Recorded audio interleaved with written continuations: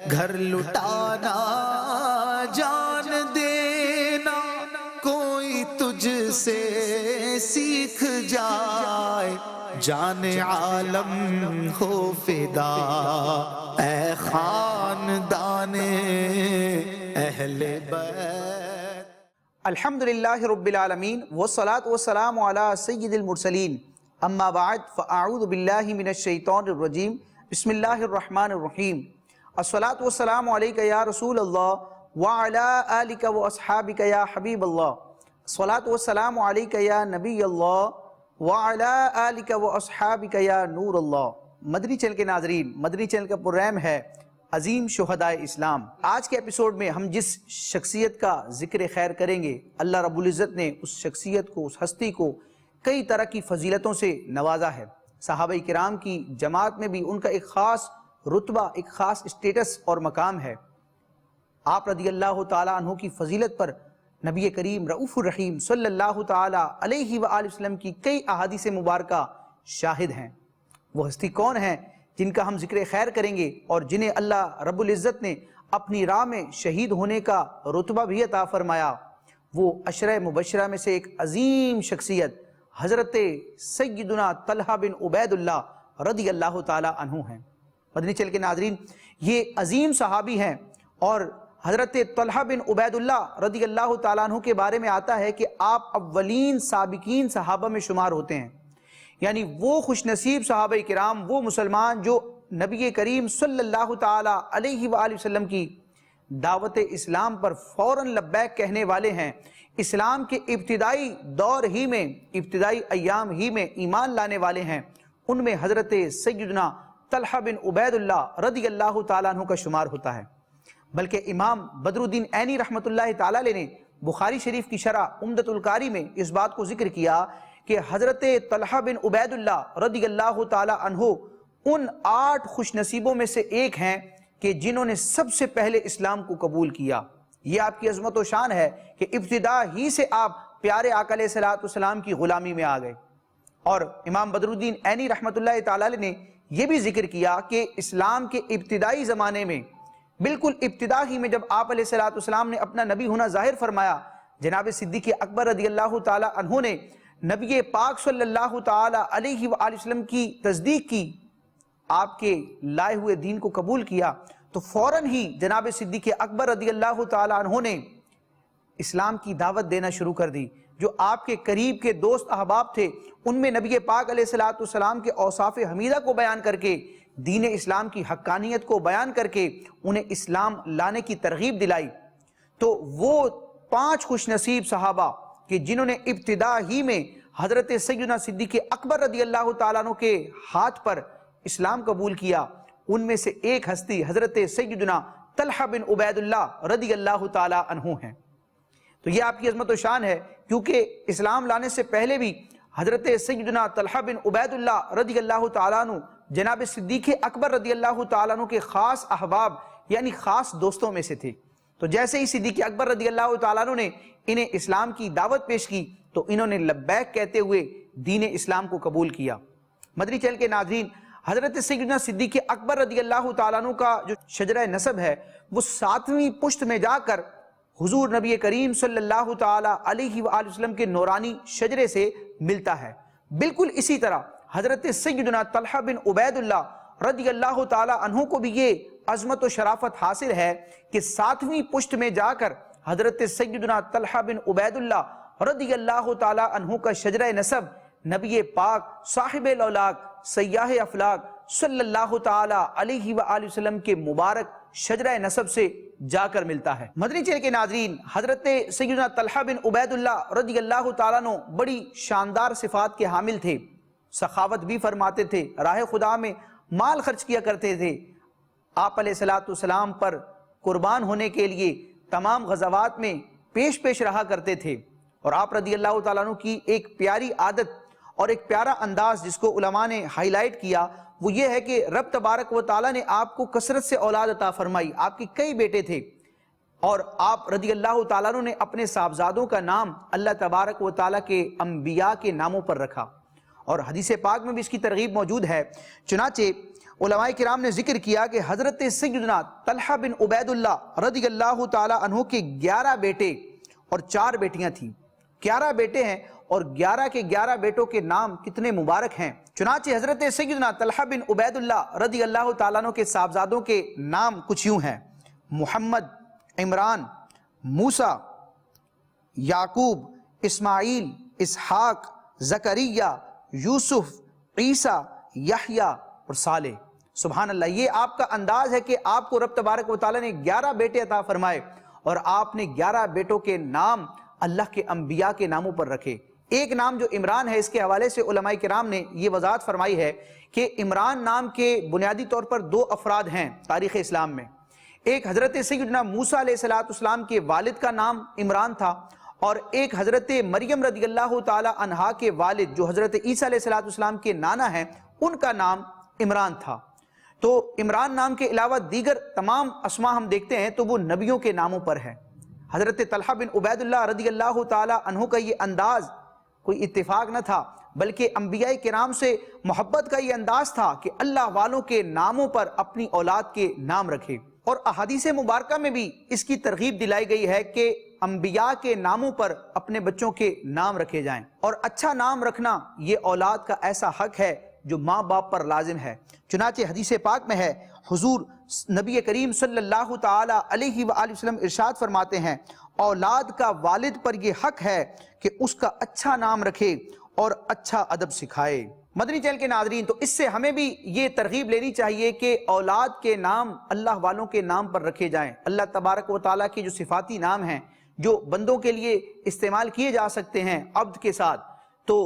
ان ناموں پر رکھا جائے۔ پیارے آقا علیہ السلام کے ناموں پر نام رکھا جائے، صحابہ کرام اہل بیت اطہار کے ناموں پر اور اولیاء اعظام کے ناموں پر اپنے بچوں کے نام رکھے جائیں، تو انشاءاللہ عز و جل ان ناموں کی برکت سے ان بزرگوں کا فیضان بھی ہماری اولاد کو نصیب ہوگا۔ حضرت سیدنا طلحہ بن عبید اللہ رضی اللہ تعالیٰ عنہ کی ایک نمایاں شان اور صفت یہ تھی کہ آپ بڑے فیاض تھے، سخاوت فرماتے تھے، راہ خدا میں مال خرچ کیا کرتے تھے۔ آپ رضی اللہ تعالیٰ عنہ کے دل میں مال کی محبت نہ تھی۔ رب تبارک و تعالیٰ نے آپ کو کثیر مال سے نوازا تھا، آپ شاندار اور اعلیٰ پائے کے تاجر تھے، لیکن اس کے باوجود مال کی محبت آپ کے دل میں نہ تھی۔ آپ کثرت سے لوگوں پر مال خرچ کیا کرتے تھے اور لوگوں کے سوال کے بغیر بھی آپ رضی اللہ تعالیٰ عنہ انہیں عطا کر دیا کرتے تھے۔ حضرت طلحہ بن عبید اللہ رضی اللہ تعالیٰ عنہ کے پاس اگر مال جمع ہو جاتا تو آپ کو ایک تشویش ہوتی، اضطراب ہوتا کہ کسی طرح اس مال کو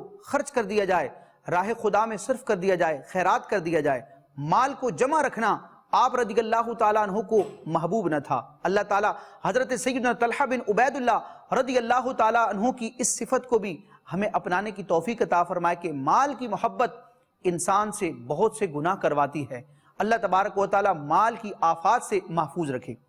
چنانچہ حضرت سیدنا طلحہ بن عبید اللہ رضی اللہ تعالیٰ عنہ کے بارے میں آتا ہے کہ آپ رضی اللہ تعالیٰ عنہ نے ایک زمین 7 لاکھ درم کی فروخت کی۔ درم کیا ہوتا ہے کہ اس زمانے میں جو کرنسی ہوتی تھی سونے اور چاندی کی، تو جو سونے کا سکہ ہوتا تھا اس کو دینار کہا جاتا تھا، اور جو چاندی کا سکہ ہوتا تھا، چاندی کی کرنسی ہوتی تھی، اس کو درہم کہا جاتا تھا۔ تو حضرت طلحہ بن عبید اللہ رضی اللہ تعالیٰ عنہ نے ایک مرتبہ اپنی ایک زمین 7 لاکھ درم میں فروخت کی، یعنی 7 لاکھ چاندی کے سکوں کے عوض آپ نے ایک جگہ جو تھی زمین فروخت فرمائی۔ روایت میں آتا ہے کہ یہ مال بعض وجوہات کی بنا پر صرف 1 رات آپ کے پاس رہ گیا، یعنی آپ نے وہ زمین فروخت کی اور وہ جو رقم ملی تھی، جو مال ملا تھا، وہ کسی حکمت کے پیش نظر، کسی وجہ کی بنا پر 1 رات صرف آپ کے گھر میں رہا۔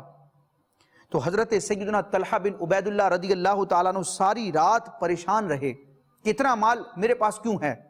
یہاں تک کہ صبح ہوتے ہی حضرت طلحہ بن عبید اللہ رضی اللہ تعالیٰ عنہ نے وہ سارا مال تقسیم فرما دیا۔ یہ آپ کی ادائیں ہیں کہ آپ مال کو جمع کرنا پسند نہیں کرتے، اور کوئی سوال کرے، سائل کرنے والا سوال کرے، حاجت مند اپنی حاجت کو بیان کرے، اس سے پہلے ہی حضرت طلحہ بن عبید اللہ رضی اللہ تعالی عنہ لوگوں کو نواز دیا کرتے تھے۔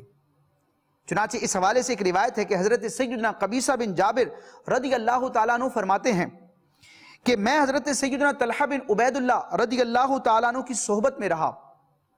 تو میں نے ان سے بڑھ کر کسی کو نہیں دیکھا جو بن مانگے لوگوں میں کثیر مال بانٹتا ہو۔ مدنی چینل کے ناظرین، کیا خوب انداز ہے کہ سائل مانگے اس سے پہلے آپ عطا فرما دیتے ہیں۔ یقیناً حضرت طلحہ بن عبید اللہ رضی اللہ تعالیٰ عنہ کو سخاوت کا یہ جذبہ نبی کریم رؤوف الرحیم صلی اللہ تعالیٰ علیہ وآلہ وسلم کی صحبت اور تربیت کے صدقے میں حاصل ہوا، اور حضور جان کائنات سلطان اعظم صلی اللہ تعالیٰ علیہ وآلہ وسلم جو مخلوق میں سب سے بڑے سخاوت فرمانے والے ہیں، اجود الاجودین ہیں، سب سے بڑے مخلوق میں جواد ہیں، رب تبارک و تعالیٰ کی صفت جود کا مظہر عتم ہیں،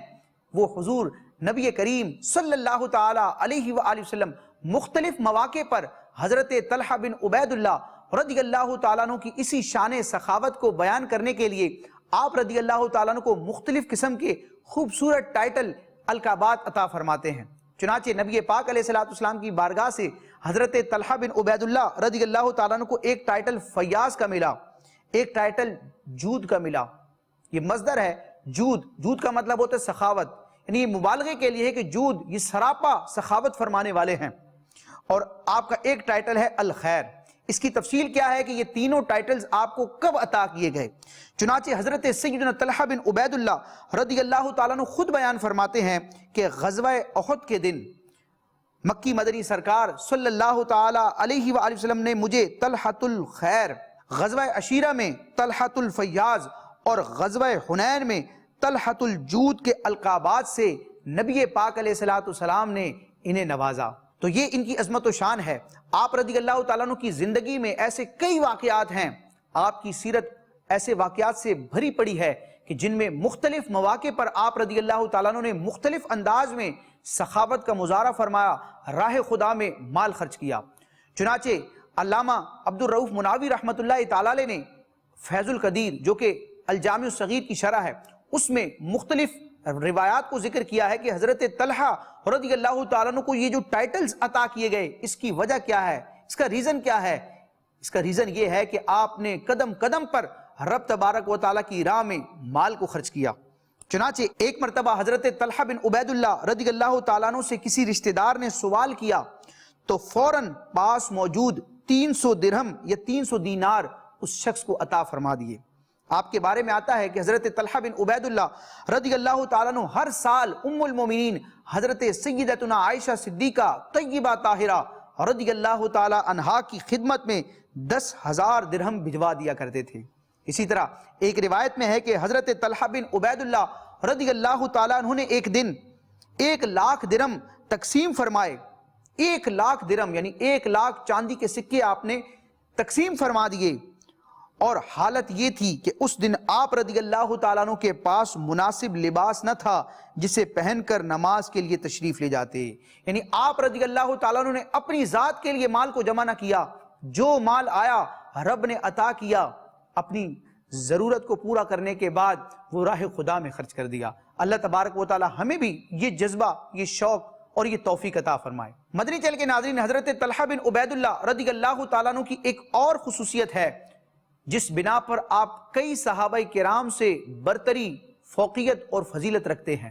حضرت طلحہ بن عبید اللہ رضی اللہ تعالیٰ عنہ سابقین اولین میں سے ہیں، ابتدائی زمانے میں اسلام لانے والے ہیں، اور اللہ تعالیٰ کی عطا اور رحمت سے آپ کا شمار ان 10 خوش نصیب صحابہ میں ہوتا ہے جن کو حضور نبی کریم صلی اللہ تعالیٰ علیہ وآلہ وسلم نے ایک ہی نشست میں، ایک ہی مجلس میں، ایک ہی وقت میں جنت کی بشارت عطا فرمائی ہے،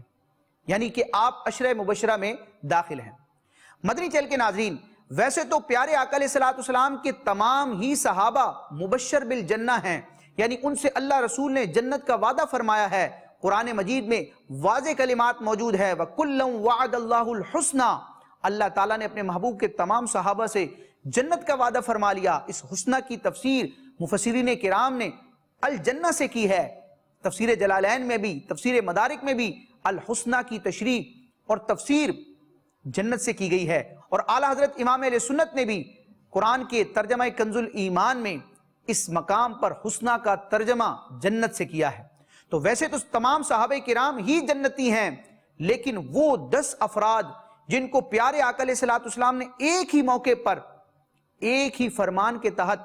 نام بنام ان کے نام لے کر جنت کی بشارت عطا فرمائی، انہیں عشرہ مبشرہ کہا جاتا ہے، اور ان کی فضیلت یہ ہے کہ وہ 10 صحابہ کرام دیگر تمام صحابہ اور تمام امت پر فضیلت اور فوقیت رکھتے ہیں۔ جامع ترمذی میں وہ فرمان موجود ہے کہ سرکار اعظم صلی اللہ تعالی علیہ وآلہ وسلم جو مالک جنت ہیں،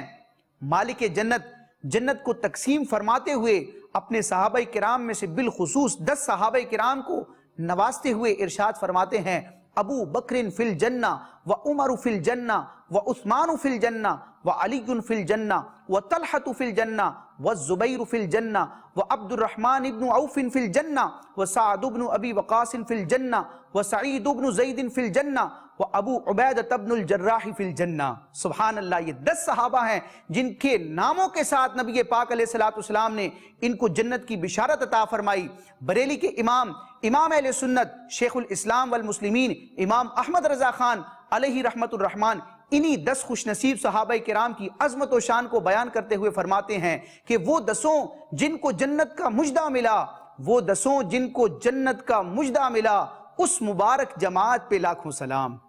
مدنی چینل کے ناظرین، حضرت طلحہ رضی اللہ تعالیٰ عنہ کی یہ بہت بڑی عظمت و شرافت ہے کہ آپ عشرہ مبشرہ میں داخل ہیں، اور یہ عشرہ مبشرہ وہ عظیم صحابہ ہیں جو دیگر تمام صحابہ اور ساری امت پر فضیلت اور فوقیت رکھتے ہیں۔ مدنی چینل کے ناظرین، حضرت طلحہ بن عبید اللہ رضی اللہ تعالیٰ عنہ وہ خوش نصیب صحابی ہیں کہ جن کی ظاہری حیات ہی میں